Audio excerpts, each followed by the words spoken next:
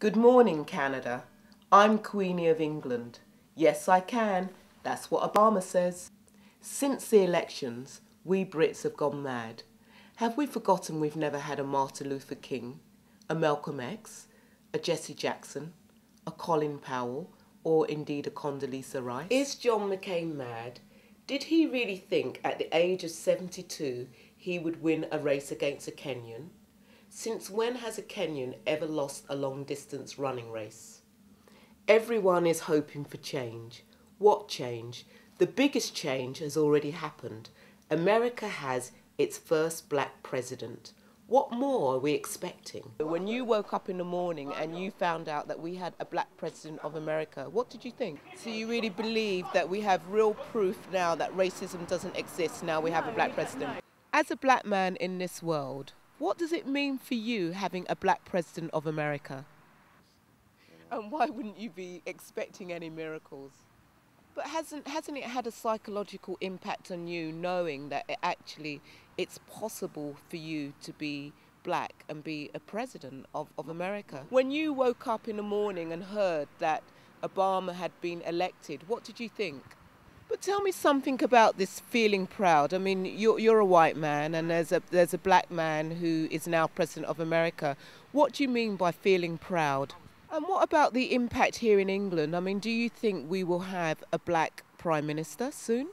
I know that if you was driving a posh car along this road and a policeman was there, you'd more than likely be pulled up and asked if you'd stolen it. So one final question to the both of you.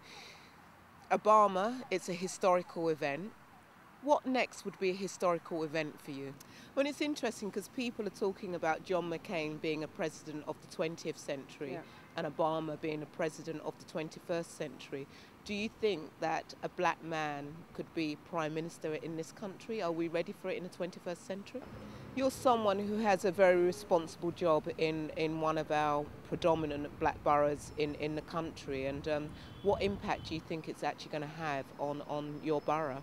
How do you feel about the situation in California? I mean, as we know, when Obama was elected, people had to vote against or for Proposal 8 banning gay marriage. It's been banned and people are saying it's Obama's new voters. I mean, what do you think about this situation? When I asked you to speak about Obama, you were just jumping up around with joy. Tell me about that joy. So it's happened, and how do you think it's going to impact your life? I mean, do you think this is the end of racism in America? So you were alive to see Nelson Mandela freed, Yes, and alive to see the first black president. Yes. Do you think it's possible you will be alive to see the first black prime minister in England? What would you say is symbolic about that, specifically around the colour of his skin? And what would you say that real change is? I mean, do you believe that real change has already taken place in America? Just something to ask you. I noticed that you made a distinction between black and mixed race person, and some people are making that distinction in America.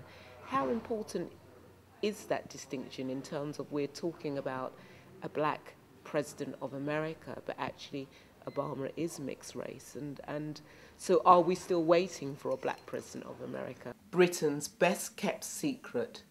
Did you know that we've had a black Queen of England?